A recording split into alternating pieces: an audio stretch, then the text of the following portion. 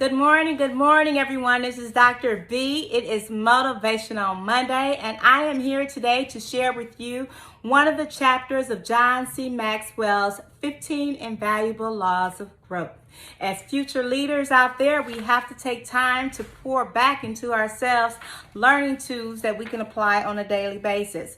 So this chapter right here, I love this chapter. Again, it's law of the mirror. You must see value in yourself to add value to yourself. And John C. Maxwell takes us through 10 steps where we can learn to add value to ourselves and build up our self-image. So step number 1, guard your self-talk. How many of you have conversations with yourself? I'm talking about conversations where you're telling yourself that you can build a bridge to anywhere. These are the types of talks that you need to have with yourself. Guard your self-talk. If you're telling yourself that you're not going to be worth nothing, you can't do nothing, guess what? You're not going to be worth nothing. You're not going to do nothing. Guard your self-talk. Always speak positive affirmations. Always try to speak into existence the things that you know you can do. So step number 1, guard your self-talk. Step number 2, stop comparing yourself to others. God made us all different for a reason. We all have a lane to walk in, and that is our own lane. Stop comparing yourself to others. What's meant for someone at this point in their life is not meant for you. So just take your time, stay focused, stop comparing yourself to others, and know that what's coming to you is meant specifically for you. Just because everyone else is running 10 feet ahead of you, maybe it's meant for you to be 10 feet behind so that you can see more and do more. So that's step number 2. Stop comparing yourself to others. Step number 3, move beyond your limiting beliefs. Charles Schwab says, when a man has put a limit on what he will do, he has put a limit on what he can do. I don't know about you, but I believe that the sky is the limit, and I really don't even think that's far enough for me, for my limit. So stop putting limits on your beliefs. Anything is possible if you believe and if you put into motion what it is that you want to do. So that's step number 3, move beyond your limiting beliefs. Step number 4, add value to others. Yes, add value to others. Unfortunately, when you're trying to build up your self-esteem, you cannot do this alone. You must take time to add value to others. Adding value to others is so worthwhile because not only do you get to see this person excel, but you know that you had a hand in it. So that helps to build up your self-esteem also. So step number 5, do the right thing, even if it's a hard thing. Did you hear that? Step number 5, do the right thing, even if it's a hard thing. One of the best ways to build self-esteem is to do what's right. Sometimes in life, we're faced with choices and we have to say, do we want to do this or do we want to do that? Always go with the choice that is right, even if it's a hard thing to do. At the end of the day, it will be the best thing that you can do. Step number 6, practice a small discipline daily in a specific area of your life. For me, I know that procrastination, unfortunately, sometimes can be my best friend.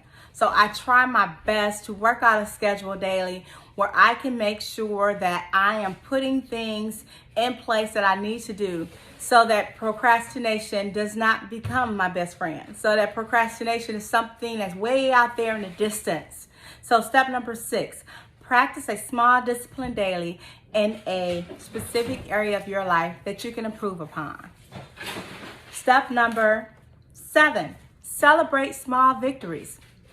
If you're building up a business, you don't celebrate a victory once the store is open and you have customers coming in and your cash register is ringing off the hook. No, you celebrate small victories. You celebrate getting your LLC. You celebrate getting your EIN. You celebrate getting your website up. Celebrate the small victories. It's okay if we pat ourselves on the back as we go along. We don't have to wait to the end of the road to celebrate our victories. When you wait to the end, sometimes you get frustrated and sometimes you tend to stop doing what you're doing because you don't see that what you're doing is successful. So take time to celebrate the small victories. Step number 8, embrace a positive vision for your life based on what you value. Embrace a positive vision for your life based on what you value.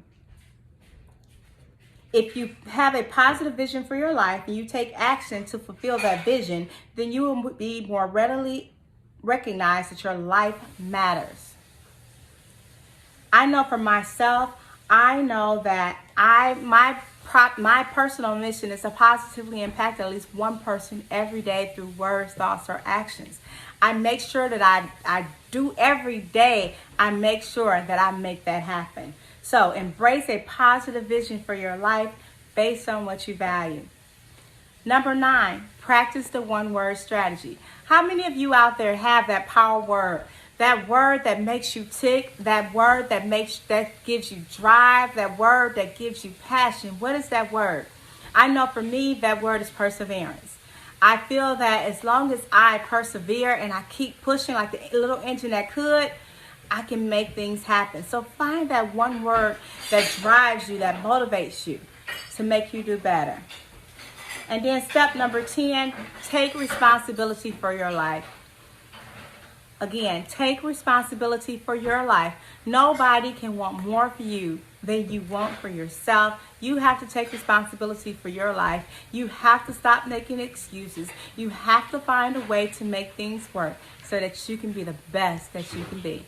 This is Dr. B, Dr. B's Best Life, sharing with you a chapter of John C. Maxwell's 15 Invaluable Laws of Growth. We talked today about the law of the mirror. Take the time to look in the mirror, look at that person that is looking back at you and make them the best that they can possibly be. Have an awesome day. Motivational Monday. This is Dr. B. Talk to you later.